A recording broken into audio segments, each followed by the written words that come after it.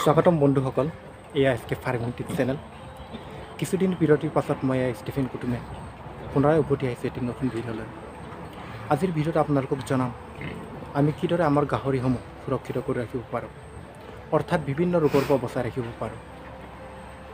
আজি জনাম আমি কিদৰে কিছুমান প্ৰাথমিক ব্যৱস্থাসমূহ লৈ আমাৰ গাহৰিসমূহ সুৰক্ষিত কৰি ৰাখিব পাৰোঁ। প্ৰায় দেখা যায় কিছুমান গাহৰি পালকে কিছুমান প্ৰাথমিক ব্যৱস্থাসমূহ অৱলম্বন নকৰাৰ বাবে তেওঁবিলাকে বহু লোকচানৰ সন্মুখীন হ'ব লগা হয়। বন্ধুসকল, এইখিনিতে আপোনালোকক জনাই থওঁ, প্ৰাথমিক ব্যৱস্থা এক উত্তম ব্যৱস্থা, কাৰণ প্ৰাথমিক ব্যৱস্থাৰ দ্বাৰাই বহুতো ৰোগৰ পৰা আমাৰ গাহৰিসমূহ বচাই ৰাখিব পাৰোঁ। গতিকে আজিৰ ভিডিঅ'ত আপোনালোকক জনাম আমি কিদৰে কিছুমান প্ৰাথমিক ব্যৱস্থাসমূহ লৈ আমাৰ গাহৰিসমূহ বিভিন্ন বেমাৰৰ পৰা বচাই ৰাখিব পাৰোঁ।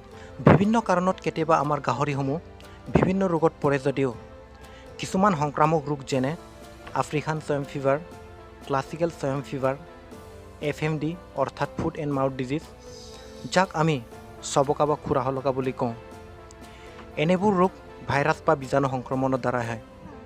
ভাইৰাছ হ'ল এটি ক্ষুদ্ৰ বীজাণু যাক আমি খালী চকুৰে মনিব নোৱাৰোঁ। ভাইৰাছ বা বীজাণু সংক্ৰমণৰ দ্বাৰাই হোৱা ৰোগবোৰৰ ভিতৰত আটাইতকৈ সংক্ৰামক ভাইৰাছ হ'ল আফ্ৰিকান সোয়াইন ফিভাৰৰ ভাইৰাছ। এইবিধ ভাইৰাছ এবাৰ গাহৰিত সোমালে এনে গাহৰিক মাৰি পেলোৱাৰ বাদে বা মৰালৈ বাট চাই থকাৰ বাদে আন একো উপায় নাথাকে। কোনো প্ৰকাৰে এখন গঁৰালত এটা গাহৰিত যদি এই ভাইৰাছ লাগে তেন্তে এখন গঁৰালৰ গাহৰি শতাধিক থাকিলেও প্ৰায় 8-10 দিনৰ ভিতৰত মাৰি পেলাব পাৰে এই ভাইৰাছে।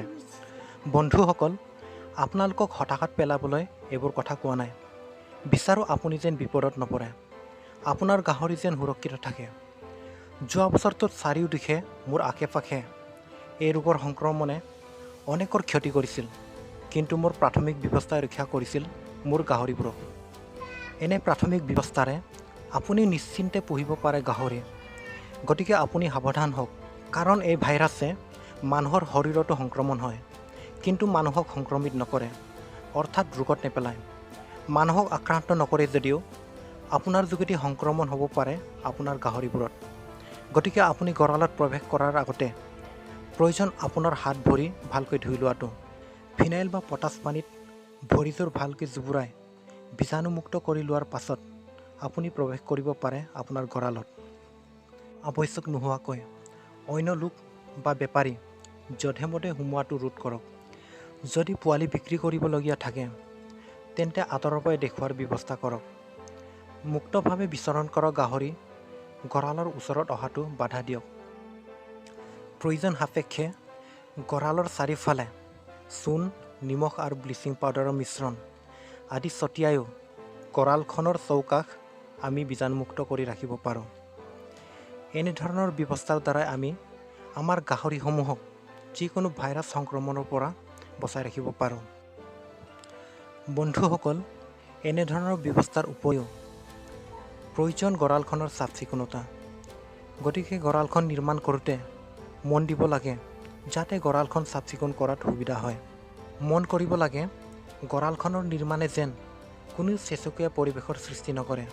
চেচুকীয়া পৰিৱেশে শেলাই, ভেঁকুৰ, বীজাণু আদি বৃদ্ধিত সহায় কৰে। মজিয়াত লাগি থকা শেলাই, ভেঁকুৰ আদিত পিছল খাই গাহৰি দুখ পাব পাৰে। কেতিয়াবা মজিয়াখনত থকা মল মূত্ৰৰ পানী বা ভেঁকুৰ আদি খোৱাৰ ফলত গাহৰি অসুস্থ হ'ব পাৰে। বিশেষকৈ পোৱালি গাহৰিৰ ডায়েৰিয়া বা বগা পায়খানা আদি হোৱাৰ সম্ভাৱনা থাকে।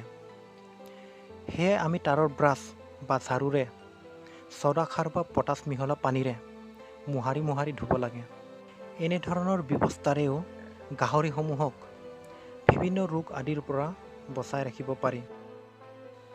তেন্তে বন্ধুসকল, মোৰ এটা প্ৰশ্ন, আপোনালোকে ভাবি চাওক, যদি আপোনালোকৰ গঁৰাললৈ কোনো ভাইৰাছ অহাৰ দিশ নাই বা কোনো ভাইৰাছ উৎপত্তিৰ উৎস নাই, তেন্তে আপোনালোকৰ গাহৰিত ভাইৰাছ সংক্ৰমণ পাবনে? গতিকে বন্ধুসকল, আপোনালোকে এনেবোৰ ব্যৱস্থা লৈ নিশ্চিন্তভাৱে গাহৰি পুহি সফলতা লাভ কৰিব পাৰে। মই আশা কৰোঁ আপোনালোকৰ সফলতা। গতিকে আপোনালোকৰ সফলতাই মোৰ সফলতা। সেয়ে আপোনালোকে আপোনালোকৰ প্ৰতিক্ৰিয়া মোক জনাব আৰু ছাবস্ক্ৰাইব কৰি ল'ব যাতে মোৰ পৰৱৰ্তী ভিডিঅ'সমূহ আপোনালোকে যেন পায়। তেন্তে বন্ধুসকল, পৰৱৰ্তী ভিডিঅ'ত পুনৰ লগ পোৱাৰ আশাৰে আজিলৈ আহিছোঁ। ধন্যবাদ।